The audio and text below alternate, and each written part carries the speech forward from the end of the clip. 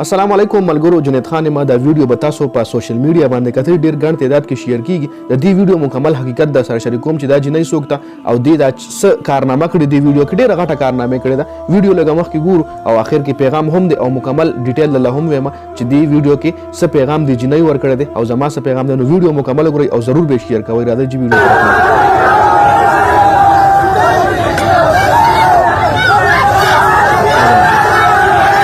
زبردست ماشاءالله جی. دا یو مسلمان جنۍ ده په هندوستان کې. دا یو کالج د یونیورسيټي د یا سکول لیوټ ورسو هم دي. دا بلاغي سټوډنټ را بل طرف لا هندوستان چې کم انتها پسند خلک دي، د کوم خلکو چې مسلمانان په هندوستان کې نه دي خوښه، هغه خلک راوتلي دي د څه خلاف احتجاج کړي، د پردې خلاف احتجاج کړي دي چې مسلمانان دلته د یونیورسيټي کې سبق وایي. دا کالج د یونیورسيټي د سو هم دي دلته کم جنکۍ مسلمانان دي او ای سبق وایي، ای به حجاب نه کوي، د حجاب نه بغیر به ای راځي ډریسینګ به داسې کوي چې ای به پرده نه کوي. د پردې خلاف دا احتجاج شوی دی چونکې دا جنۍ په یوازې راووته او هغه یې جواب ورکړ. ویډیو مخکې وګورئ.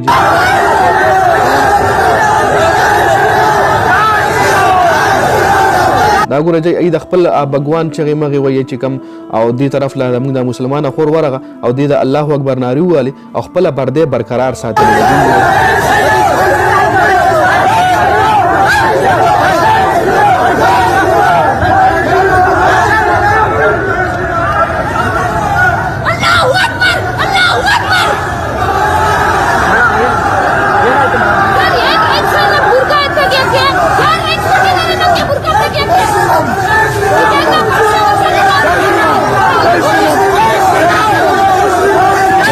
ماشاءالله تاسو کتل جنۍ په څومره غټ سټینډ ایستلی د پردې باندې او راشه بیا په پاکستان کې پنجاب منجاب لمه خپل کې پی کې ګوره خیبر پښتونخوا کې د یونیورسيټو حال وګوره، د هغې کې د پردې اهتمام کیږي که نه کیږي. لا شی وګوره حیران بشي.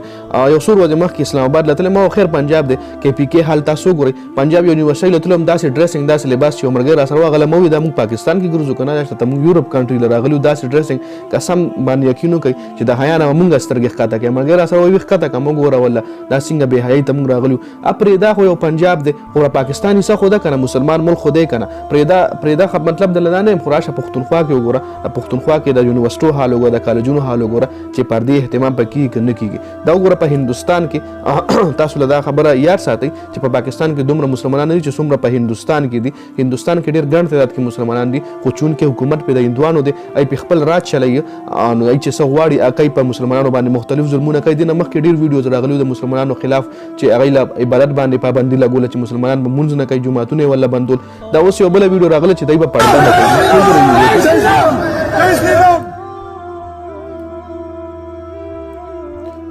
تاسو کتل دغه یوې جنۍ چې کومه وه دا جنۍ چې کومه ده دا یوه جنۍ دی په یوازې دی مقابله وکړه، دی له ورغه الله اکبر نارې یې ووالې، د هغه یې مقابله وکړه. ایله وویل چې مونږ ستاسو دا مطالبه نه منو، مونږ به پرده کوو او تاسو که هر څومره سټرایکونه کوئ هر څومره احتجاجونه کوئ خو د مسلمان چې کوم شان دی هغه پرده لره. مسلمان ښځه چې کومه حیا عزت دی هغه په پرده کې دی.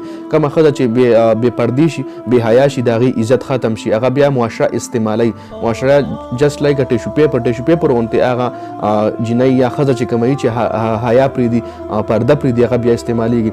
سلام دی جنۍ لشه، سلام دی مسلمان جنۍ لشه چې دونه هندوانو مقابله وکړه، ای په مخ کې د الله اکبر نارې ووالې او خپله پردې برقرار وساته.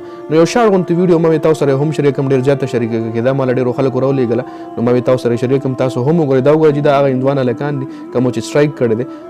نو ډېر زیات د افسوس مقام دی یار چې مسلمان له ټول مذهبونو والا خلک را یوځای شوي دي، که هندوان دي که عیسایان دي که یهودیان دي، مسلمان له اتفاق کړی دی، مسلمان نه تباهي کوشش کوي خو مسلمانانو سره الله پاک ملګری دی. ویډیو مخکې ملګرو سره ضرور شریک کړئ. جنید خان افیشل چینل هم سبسکرایب کړئ، پیج هم لایک کړئ. د ویډیو کتلو ډېره زیاته مننه. والسلام.